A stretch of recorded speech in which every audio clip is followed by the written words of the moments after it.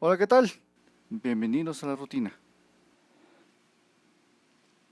Hablar de endocarditis es hablar de la inflamación del endocardio.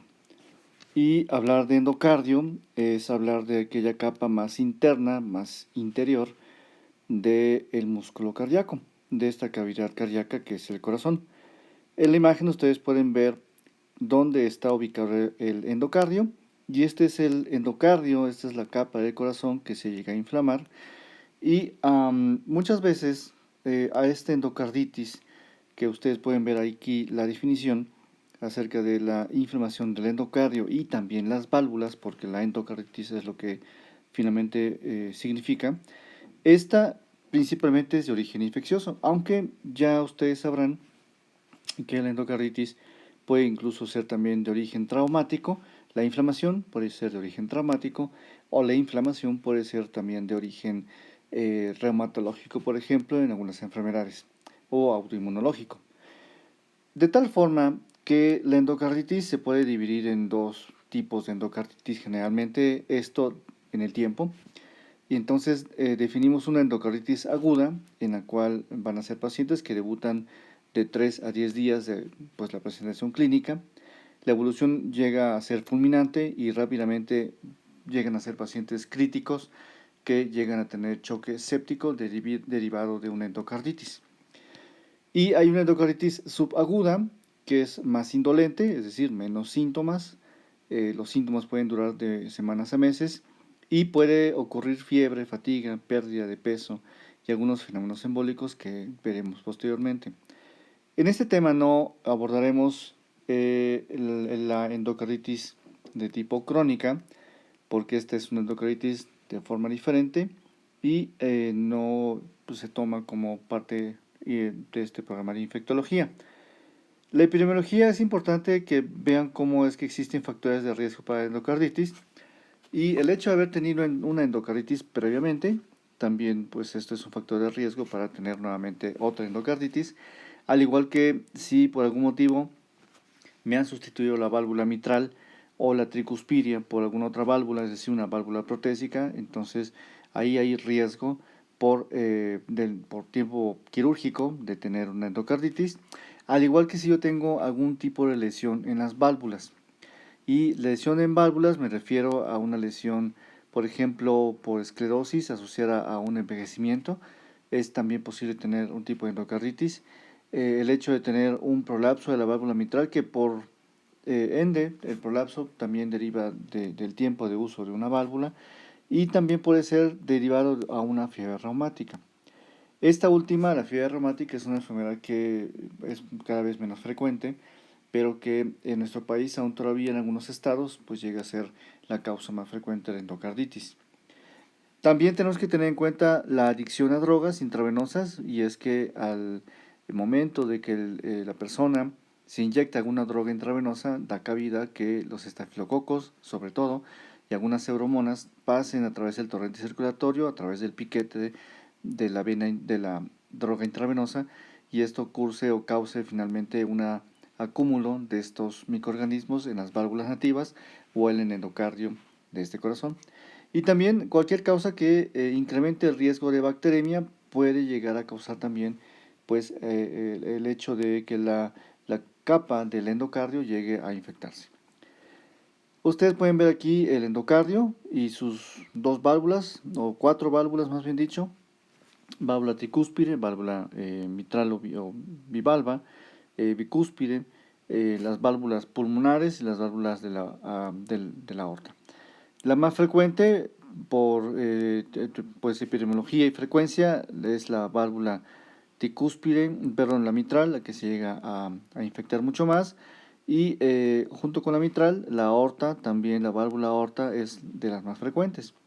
Cuando hablamos de artritis reumatoide o enfermedad reumatológica, podemos pues encontrarnos esta frecuencia o esta contigüidad de válvulas, tanto válvula mitral como la válvula aórtica, como causantes o como lugares en los cuales se van a encontrar esta endocarditis. Clásicamente, pues vemos que ustedes ven de este lado que Pues hay algunos microorganismos muy clásicos como Staphylococcus aureus como causantes de endocarditis, algunos streptococos de tipo viridans que van a encontrarlos en algunas partes como Staphylococcus especies y Enterococos también en especies.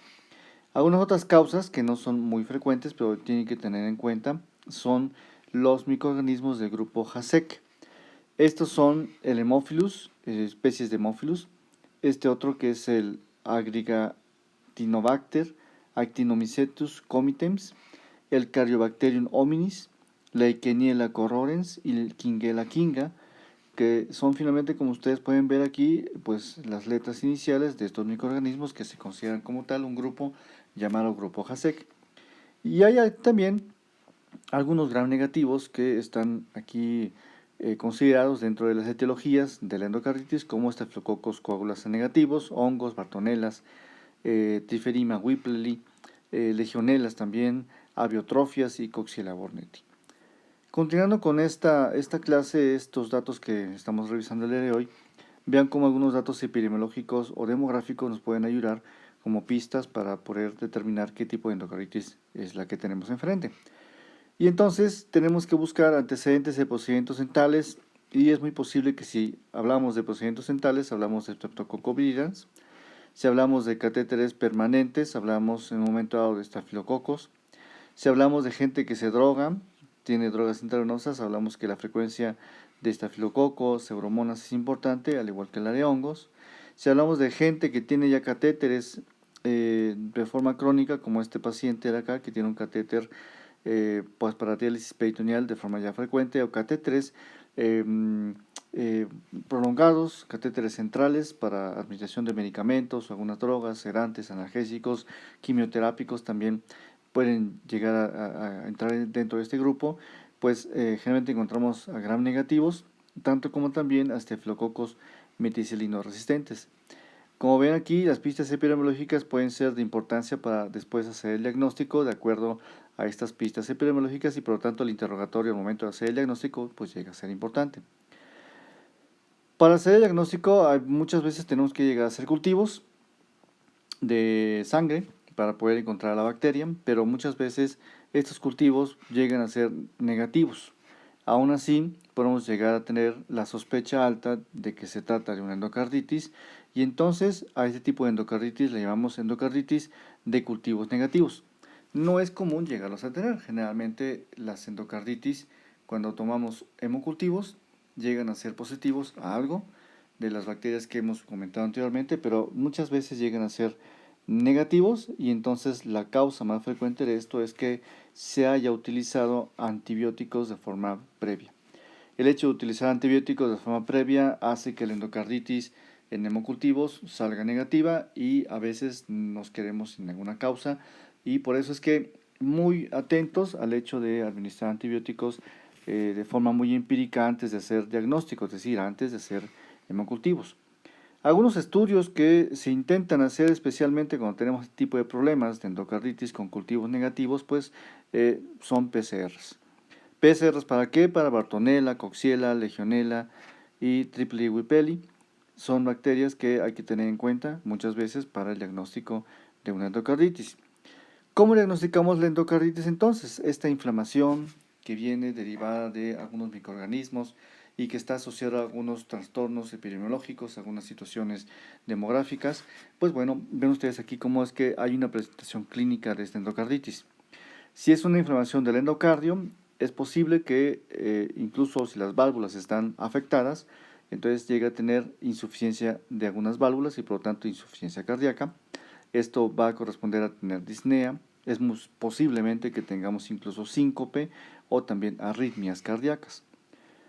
Como la infección del endocardio va a causar una respuesta inflamatoria sistémica, es posible encontrar también fiebre, encontramos pérdida de peso, malestar general, sudoración nocturna, lumbalgias, artralgias y algunos fenómenos embólicos que se disponen después de la fisiopatología. A la exploración física, pues es común encontrar la misma fiebre, encontrar los datos de falla cardíaca o falla valvular, Un soplo de nueva aparición es un punto muy importante al momento de hacer el diagnóstico. Y otras cosas, por ejemplo, son la esplenomegalia y algunos fenómenos embólicos. ¿A qué me refiero a esto de fenómenos embólicos? Me refiero a que podemos tener la afección de una válvula, el crecimiento en esta válvula de una vegetación, que son un grupo pues, de microorganismos que van creciendo en una película o biofilme que se forma dentro de las válvulas o dentro del endocardio y que van formando una gran montaña de microorganismos y que en una de estas pedacitos de montaña pueden llegar a, pues, a otros lados y forman entonces trombos. En este caso, los fenómenos vasculares o embólicos se deben finalmente a esto, a fenómenos tromboembólicos sépticos derivados de la salida de algún pedacito de estos grandes formaciones de vegetaciones con infección o con bacterias que van a alojarse en lugares muy distantes y entonces pueden alojarse a nivel sistema nervioso central provocando embolias a nivel del sistema nervioso central, o también podemos encontrar rupturas aneurismáticas micóticas que también son algunos fenómenos vasculares. A nivel cutáneo es posible incluso encontrar dos tipos de fenómenos. Uno es el fenómeno vascular como tal, que ustedes buscarán qué son las lesiones de Janeway, qué son las hemorragias en astilla, que se pueden observar en las uñas, que son finalmente también fenómenos hemorrágicos trombóticos derivados de la migración de estos microtrombos sépticos, y las hemorragias conjuntivales. Pero hay otros tipos de fenómenos que son fenómenos inmunológicos en los cuales pues el microorganismo, además de estallar o iniciar una respuesta inflamatoria sistémica derivada o asociada con algunas células como macrófagos y linfocitos, también existe una asociación al respecto de que se forman algunas inmunoglobulinas derivadas de la activación de las células B, y esto genera entonces unos complejos o unos inmunocomplejos que van a formar las lesiones o los nódulos de Osler, y también van a generar algunas lesiones o manchas de Roth, que esto se puede llegar a observar a nivel cutáneo.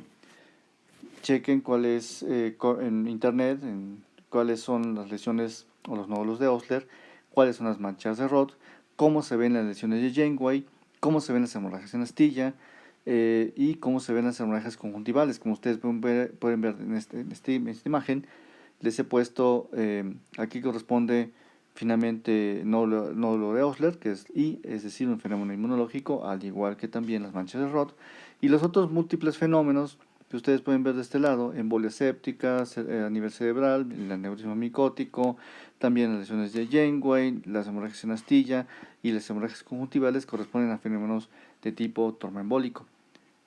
Chequen las imágenes que pueden encontrar en internet. El diagnóstico de endocarditis entonces pudiera en un momento dado decirse que es pues sencillo por el hecho de tener una presentación clínica, una exploración física, que tiene algunos fenómenos entonces embólicos, tanto como también la formación de algunos inmunocomplejos, pero fíjense que esto no es tan sencillo en la vida real. Por eso es que se han establecido algunos criterios, que son los famosos criterios de Duke, para el diagnóstico de la endocarditis infecciosa. Entonces tenemos algunos criterios que son pues criterios definitivos, y definitivamente estaré seguro de tener una endocarditis infecciosa si yo soy capaz de pues demostrar microorganismos en cultivos de una vegetación. Entonces yo tendría que tener una vegetación en mi disposición para poder tomar alguna muestra y llevarla a cultivo. Eso pues parece un poquito difícil, ¿no? Si la vegetación se encuentra en una válvula, pareciera un poco difícil obtener una muestra de esta propia válvula. También si yo encuentro una vegetación que ha embolizado a otra parte, a cerebro, a pulmones, a alguna otra parte del cuerpo, entonces yo también pudiera desarrollar este diagnóstico definitivo. Al igual que si yo tengo en un examen histológico de la vegetación o el absceso intracardíaco una demostración de endocarditis activa. Nuevamente es encontrar la vegetación, tenerla, demostrar que existe infección ahí, existen microorganismos, y habría que hacer fenotipo pues finalmente de este microorganismo, pero esto parece un poquito también difícil en el sentido de extraer o el absceso o la vegetación dentro del corazón. Tendríamos que entrar a hacer algún tipo de cirugía para poder obtener pues la muestra.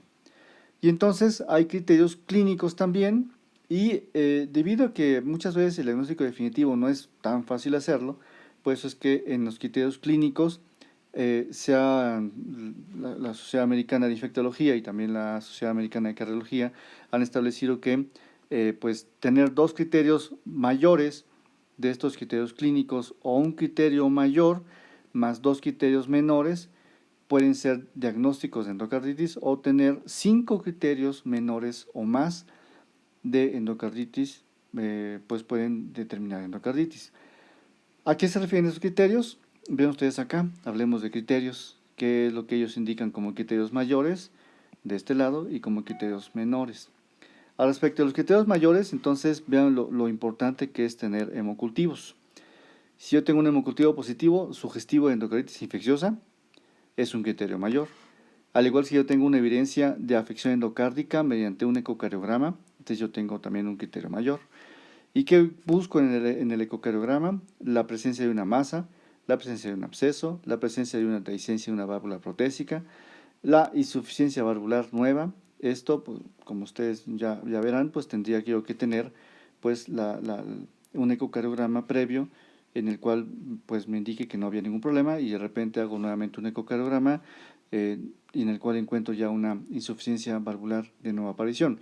Todos estos que ven ustedes aquí son criterios mayores. ¿Y cuáles son los criterios menores? Son los criterios aquellos en los cuales no hay realmente mucha evidencia, o más bien dicho, estos criterios se pueden encontrar en algunas otras cosas que no a la fuerza tienen que ser endocarditis, pero si se asocian a un criterio mayor, entonces tendremos diagnóstico. Criterios menores: fiebre confirmada de 38 grados, fenómenos vasculares que ya vimos anteriormente, algunos fenómenos de formación de inmunocomplejos que ya vimos anteriormente, la presencia de un factor reumatoide positivo también se considera criterio menor, el hallazgo microbiológico que no cumple criterios mayores también se considera un criterio menor, y la predisposición genética, pues epidemiológica, perdón, a una endocarditis infecciosa, también esto es un criterio menor. Entonces, yo puedo hacer diagnóstico de endocarditis si tengo 5 de estos criterios menores, pueden ser 1, 2, 3, 4, 5, por ejemplo, y yo tendría criterios menores, 5 menores, y en este momento yo tengo criterio diagnóstico de Duke para endocarditis infecciosa, o yo puedo tener dos criterios mayores, por ejemplo, el hemocultivo y aparte el ecocardiograma que tenga alguna evidencia de alguna de estas cosas. Yo tendría entonces también ya el criterio de diagnóstico de endocarditis. O yo puedo solamente tener un criterio mayor, por ejemplo, no sé, un hemocultivo, o si tengo un hemocultivo negativo, a lo mejor tengo un ecocardiograma que demuestra un absceso, y tengo que agregarle a este criterio mayor, tengo que agregar dos menores: la presencia de fiebre, la presencia de algún fenómeno vascular, algún fenómeno inmunológico, a lo mejor el factor reumatoide positivo. Alguno de estos factores tengo que agregar para que yo tenga el diagnóstico de endocarditis. Entonces, el diagnóstico de endocarditis no solamente es pues, realizado de forma clínica, como ustedes pueden ver acá y comentamos anteriormente, sino que hay criterios ya muy establecidos de Duke, ¿correcto? Bien, en la siguiente plática hablaremos un poquito de tratamiento, y entonces, pues bueno, hasta aquí la dejo para que ustedes puedan leer y empaparse un poquito más en sus libros y en la bibliografía que les he dejado en la plataforma para que ustedes puedan, pues, tener más idea de qué es esto de la endocarditis.